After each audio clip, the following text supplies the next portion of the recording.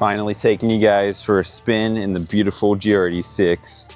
Got the Alani to go with it, matching up pretty well. Oh. Absolutely gorgeous day out here in Ohio for once. All right, I feel like this view looks pretty sick. I need to get this started up. It is scorching hot. All right, cracking open the Alani and then we'll be good to go. Oh yeah. Not going anywhere too interesting today, just heading over to the coworker's house to play some cornhole because he just got some new cornhole boards. So it should be a good time. It's a beautiful day to get some cornhole going. So first off, you'll probably notice as we drive, it's kind of boring without some music.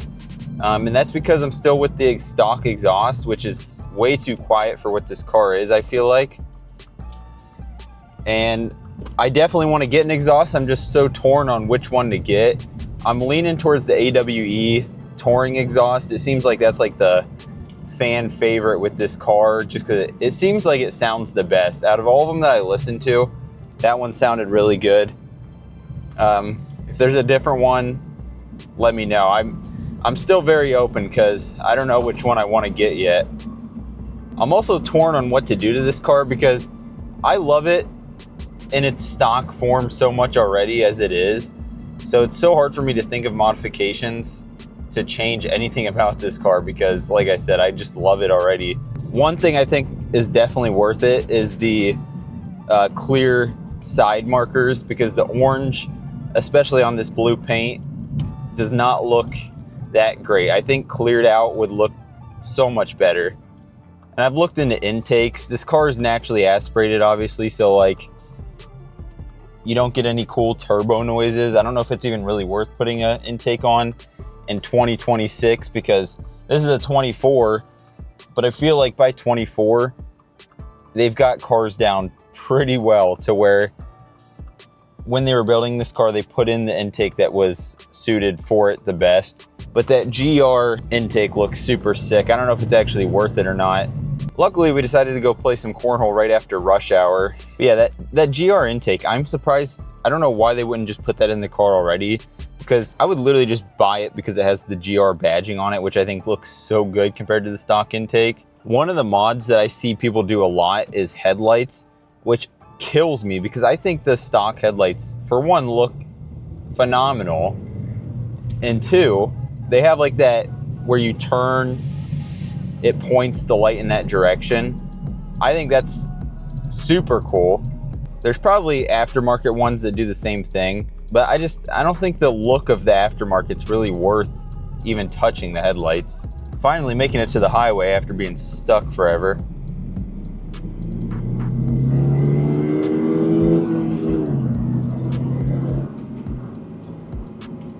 One thing I'm actually super curious, and I want you guys to comment below about this one.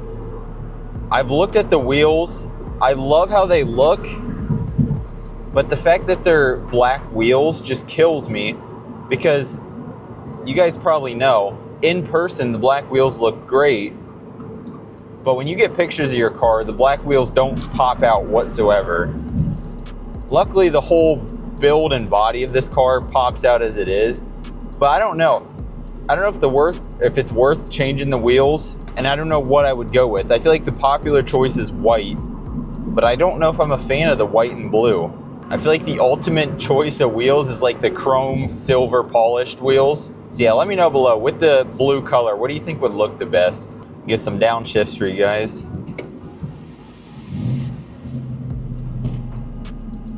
Not gonna lie, when I first got this car, downshifting was quite the challenge. And it's not like this is my first manual car.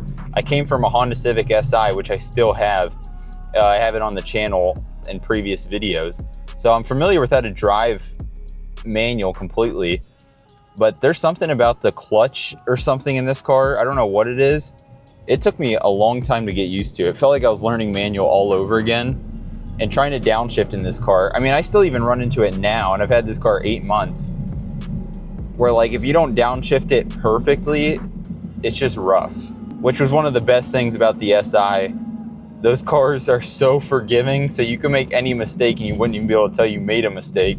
So it was kind of like the perfect matchup almost. Like, that car allowed me to be sloppy for my first manual car, and then this car is really fine-tuning everything that car taught me. And it's so crazy, the clutch pedal difference. As you could probably imagine, going from a 2007 to a 24, the clutch pedal on this, I think they switched at some point, like for most modern cars, to where the clutch pedals now are, they're like, forget what the word is, but they're basically light as a feather. The SI clutch, it wasn't even like that heavy, because I felt heavy like Mustangs, where it's truly a heavy clutch, but the clutch was just more authentic. This clutch just feels like it's just barely even there.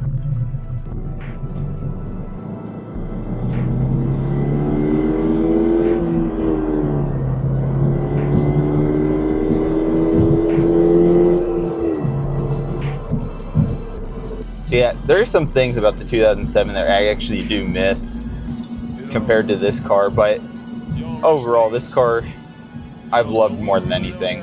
I have other videos. I won't even go into depth on how much I love this car, because if you've seen any of the other videos, I've expressed it enough. But with that being said, if this is a vehicle you're kind of thinking about, let me tell you, it's definitely worth it. We're about to go play some cornhole. We got the Honda Civic Si and the Volkswagen Egg in front of me. It's about to be a good time, beautiful day. Hopefully you guys enjoyed this video. Let me know what you want to see next down below, and we'll catch you in the next one. Peace out.